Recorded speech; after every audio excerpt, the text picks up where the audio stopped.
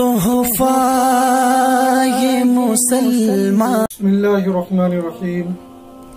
معتکف مسجد کے اندر موبائل کا استعمال کر سکتا ہے یا نہیں؟ معتکف مسجد کے اندر موبائل کے استعمال کے لیے کبھی ضرورت کا استعمال کر سکتا ہے، کبھی بغیر ضرورت کے استعمال کر سکتا ہے۔ ضرورت کی چیزوں میں مثال کے طور پر گھر والوں کو فون کرنا سحری افطاری لانے کے لیے، گھر والوں کو فون کرنا دوائی کے لیے، گھر والوں کو فون کرنا کسی ضروری کام کے لیے، یا کبھی یار دوستوں سے گپ شپ لگانے کے لیے، ٹائم پاس کرنے کے لیے۔ اگر ضرورت کے لیے گھر والوں سے کوئی چیز، سامان، کھانا، دوائی، اس چیز کے لیے فون کرتا ہے تو اس کی اجازت۔ یار دوستوں سے وقت گزاری کے لیے فون کرنا یہ ہرگز مناسب ہی نہیں، بلکہ بعض اوقات ایسی باتیں کرنے سے اگر زبان سے کوئی ایسی بات نکل گئی تو کہیں ایسا نہ ہو کہ اعتکاف ہی فاسد ہو جائے، لہذا موبائل کو کم سے کم استعمال کریں۔ اسی طریقے سے بعض ساتھی موبائل کو سوشل میڈیا کے طور پر استعمال کرتے ہیں، سوشل میڈیا کے لیے خبروں کو دیکھنے کے لیے، خبروں کو سننے کے لیے، میسج بھیجنے کے لیے، میسج پڑھنے کے لیے۔ تو اس سلسلے میں جیسے واٹس ایپ ہے، فیس بک ہے، یوٹیوب ہے، یہ ساری چیزیں ہیں۔ ان چیزوں میں اگر میسج ان کے ذریعے سے کسی کو کوئی پیغام بھیجنا ہے یا کوئی اہم خبر پڑھنی ہے تو اس کی اجازت ہوگی۔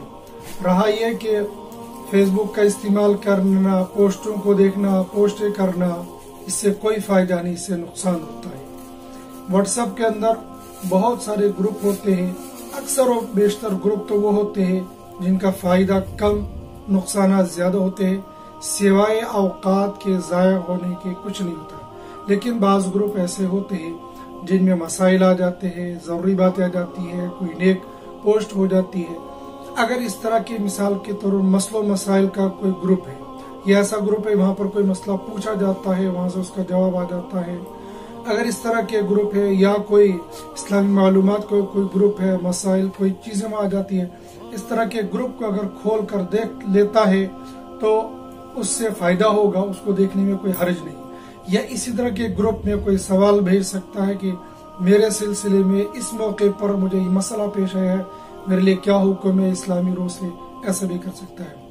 فیس بک پر اس طرح کی کوئی باتیں نہیں ہوتی ہے، فضول کی پوسٹیں ہوتی ہے، وہاں پر بمشکل 2% فائدے کی چیز ہوتی ہے، باقی سب فضولیات ہوتی ہے، لہذا فیس بک کو استعمال کرنے سے بچنا چاہیے۔